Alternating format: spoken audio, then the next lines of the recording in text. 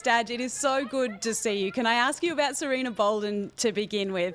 What a gun player she is, and isn't she lighting up the Liberty A-League? Can you tell us from a national team perspective what she's like as a player? Yeah, look, she's a little bit of everything we've seen in the last game and a half. She's exuberant. She's got energy. She's got a lot of runs off the ball, a lot of high intense actions, and sometimes if she can improve her quality, she probably could have had 3 or 4 goals already in the last 2 games. But look, she's shown that she's a both games so far, which has been really pleasing.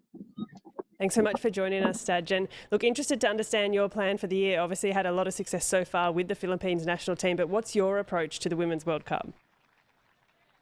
Try and win as many games as we can, Gracie. Pretty simple, but look, we're obviously the underdog. Never been there before and never played anywhere near that calibre of teams before, let alone in a major tournament like that. So, last year we really tried to build the experience of the team and played 30 games across the whole span of the world. We went to every continent, bar Africa, and tried to mix with some of the better teams in the world. And again, in February, we've got we've got Iceland, Wales and Scotland in the Pinatar Cup, which is really good experience for us. We've got Olympic Games qualifiers in April. We've got the SEA Games, which are massive for Southeast Asia in May. And then we're trying to lock up some games in June just before we get to New Zealand. So, look, it's going to be a really, really big year for us and hope to build a lot of momentum for the game moving forward back home in the Philippines.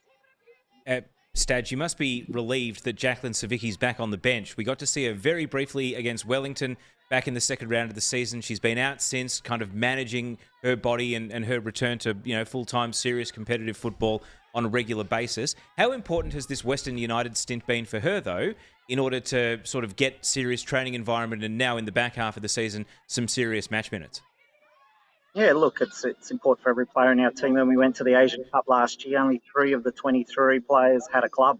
So there was 20 out of 23 who were clubless and hadn't played or trained in a competitive environment for basically the 12 to even, in some cases, 24 months before that. So now we're up to 6 or 7 that have got big clubs. There's a couple in Sweden, in Norway playing. We've got 2 obviously here now in the A-League as well. We've got 1 playing in Serbia. So we're building up their playing experience. And, Jackie's just one of them that we're trying to really push into that next level of football to get them that intense training when we're not in camp, which is really important, as we know.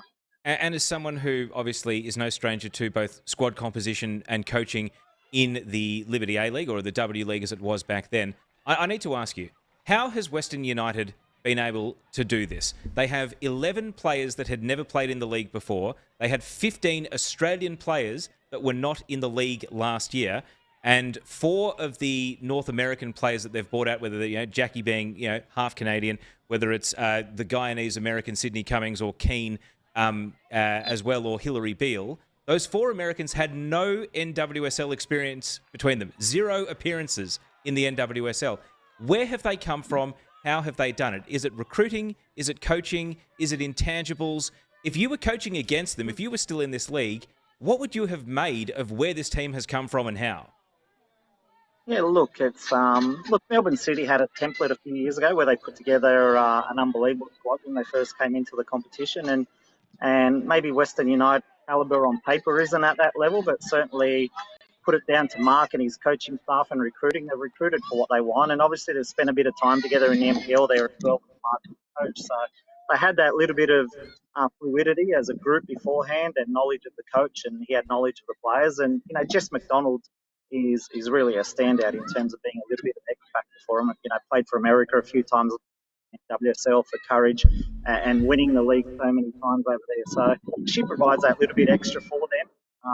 But there's no doubt that they've got a great balance. They've got a great work ethic. I watched them play down in Melbourne during the week against Sydney, and we all know Sydney have been there or thereabouts as the best team in the comp over the last couple of years. And it was really an intense game and a high-level game. So, I know the Tarantos have played in the A-League before, Melbourne Victory, and a couple of other girls have been on the fringes. But look, they've put together a really good squad, and the coaching and everything around the team has been at the highest of levels. So, you have to give everyone at the club, including Mark, full marks and 10 out of 10 for what they've done so far. But as we know, long way to go, and they've got to keep it going. But for the moment, it's 10 out of 10 from everyone.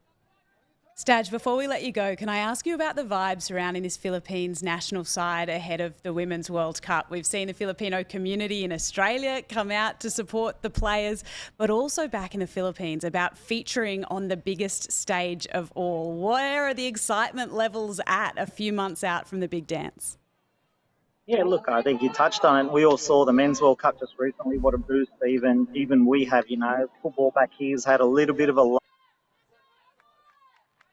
having that energy and excitement of the Socceroos winning a game and competing at that level and playing against Lionel Messi. You just don't get that in any other forum in world sport, let alone let alone in football. So, to have us on that stage and competing at that stage for the first time and playing against Norway, who have former Player of the Year in Hedberg, and Simone Graham Hansen, who plays for Barcelona, we're really coming up against some of the best players in the world. So, I know back home in the Philippines, it's been a tremendous boost to the profile of football, where football is probably like it is here in Australia, the number 3 or 4 sport.